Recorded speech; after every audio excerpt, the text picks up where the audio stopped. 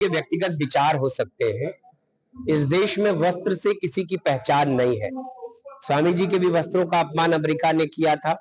उन्होंने जो जवाब दिया कि ये भारत है, भारत के लोगों की, भारत के किसी व्यक्ति के पहचान उसके चरित्र से होती है, उसके काम से होती है, उसके त्याग से होती है, उसकी विद्वता से होती है।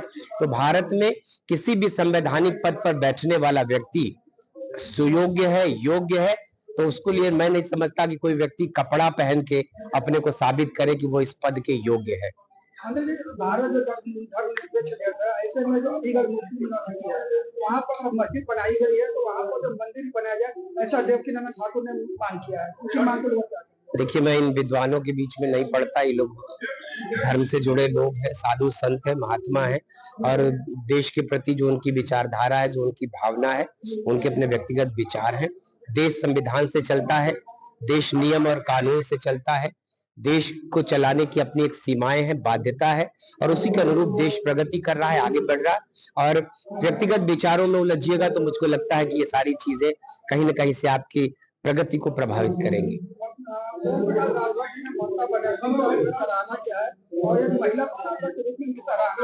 मैंने कहा ना कि किसी की आलोचना, किसी की तारीफ, किसी की बुराई, ये व्यक्तिगत है।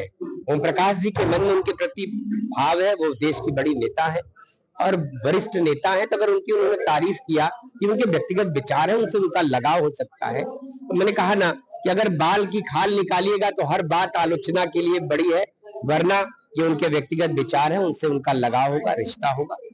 तो उन्होंने उनकी तारीफ किया, तारीफ करना कहीं से अन्यथा नहीं लिया जाना चाहिए।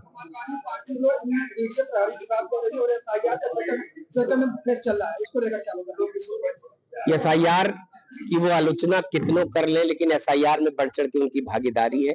उनको अपने वोटों की ताकत पता है कि वोट बनेगा नहीं तो वोट मिलेगा नहीं, तो वोट बनाने के लिए सारे राजनीतिक दल मिलकर काम कर रहे हैं। चुनाव निर्वाचन आयोग की जो मंशा है कि हमारी वोटर लिस्ट बड़ी शुद्ध हो, परिष्कृत हो, जिससे कि समाज में वोट देने वाले लोगों को आने वाले दिनों में जो परेशानियां होती थी 2003 के बाद से SIR नहीं हुआ था, लोगों, मरे हुए लोगों के नाम पड़े हुए थे।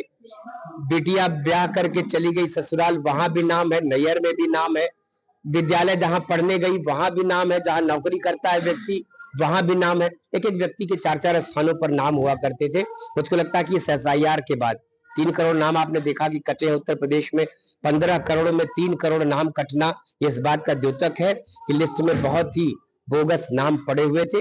उन नामों को हटने के बाद जो वाजिब है, जो सही नाम है, जो देश का महत्वपूर्ण वोटर है, वो इस लिस्ट में रहेगा। और हर विपक्षी दल दुनिया को दिखाने के लिए वो आलोचनाएं कर रहे हैं, लेकिन सब इस में लग के काम करें।